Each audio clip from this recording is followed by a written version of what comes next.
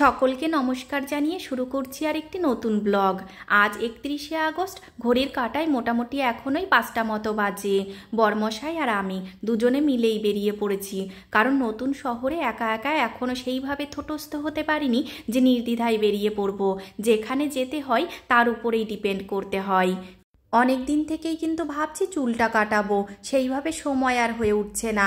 আমি তো ফ্রিই থাকি, কিন্তু বরমশাইয়ের সেই সময়টা হয়ে উঠছে না যে আমাকে নিয়ে যাবে। অনেক দিন পরেই তার সময় হয়েছে, কারণ এটা তো আর কম সময়ের ব্যাপার না, অনেকটাই সময় লাগবে। সেই জন্য দেখো আজ একটু সময় হাতে করে নিয়েই এসেছি। সোনাইকে তো মায়ের কাছে রেখে এসেছি, চলে এসেছি দমদম হাবিবসে। সত্যি বলতে আমি যেহেতু গ্রামের একটা মধ্যবিত্ত বাড়ির মেয়ে আর এখন একটা মধ্যবিত্ত বাড়িরই বউ, সেই জন্য এই সমস্ত জায়গায় এসে চুল কাটানো কিংবা অন্য কোনো ট্রিটমেন্ট করানো সেটা কিন্তু আমি আমার সাধ্যের বাইরেই মনে করতাম। কিন্তু এখানে এসে আমার সেই ধারণাটা পুরোটাই পাল্টে গেল। কত টাকা নিল, কি করালাম, সমস্ত কিছুই তোমাদের সঙ্গে শেয়ার করব। আশা করি আমার মতো তোমাদের ধারণাটাও একটু হলেও পাল্টাবে। চুল ওঠা নিয়ে নিজের দুঃখই বা আর কী প্রকাশ করব। আমি জানি এই দুঃখটা সকলের মধ্যেই আছে। বর্তমান সময়ে চুল ওঠার সমস্যা মোটামুটি সকলেরই আছে।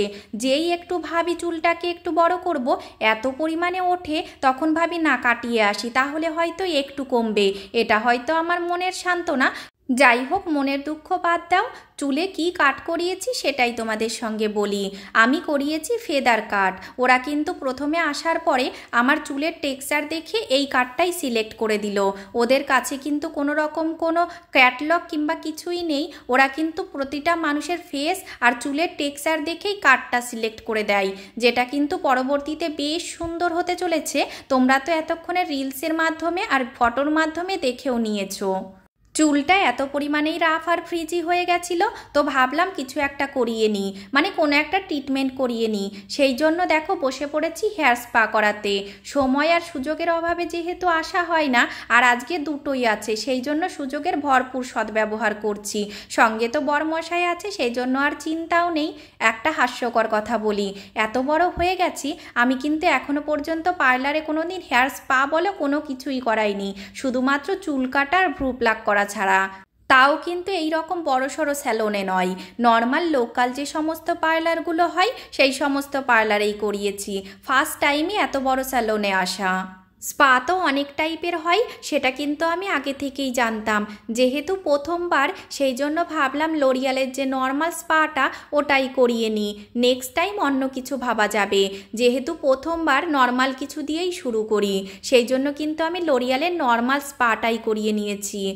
স্পা ক্রিমের কিন্তু কোনো রকম কোনো কৃপণতা করেনি।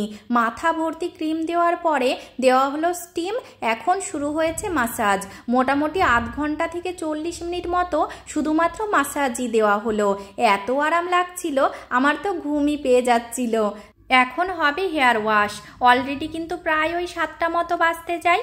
এসেছিলাম তো 5টা নাগাদ। 2 ঘন্টা হয়ে গেছে। 2 ঘন্টা ধরে শুধুমাত্র চুল কাটা আর স্পা হচ্ছে।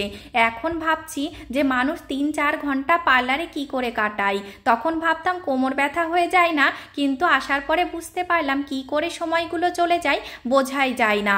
প্রায় 2.5 ঘন্টা লেগে গেল আমার শুধুমাত্র একটা নর্মাল স্পা আর চুল কাটানো নিয়ে। একদম শেষ পর্যায়ে চলে এসেছি। এখনও মোটামুটি ওই 15 থেকে 20 মিনিট সময় লাগবে। দেখো এখন করা হচ্ছে চুলটা ব্লো ড্রাই।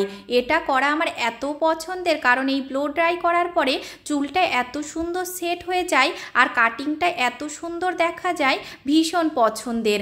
সত্যি বলতে বাড়ি থেকে যখন সেজেগুজে বের হই চুলগুলো দেখতে ভালো লাগে না, কেমন ফ্রিজি রাফ হয়ে থাকে।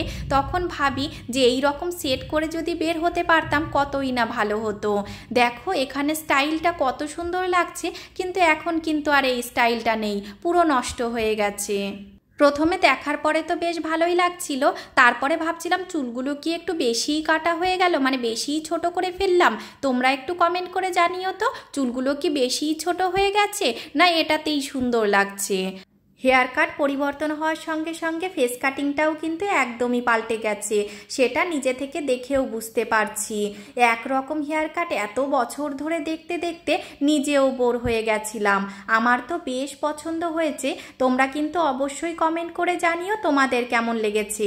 এই যা এত সমস্ত গল্পের মধ্যে তোমাদের তো কত নিয়েছে সেটা বলাই হলো না।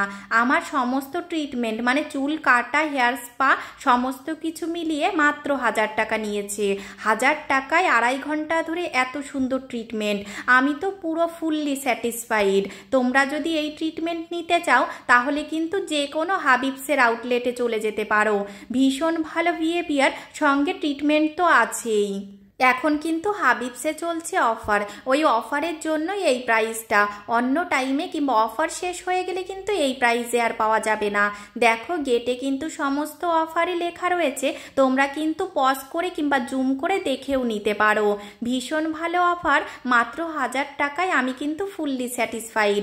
তোমরা কিন্তু কমেন্ট করে জানিও কেমন লাগছে। আজ তবে আসি।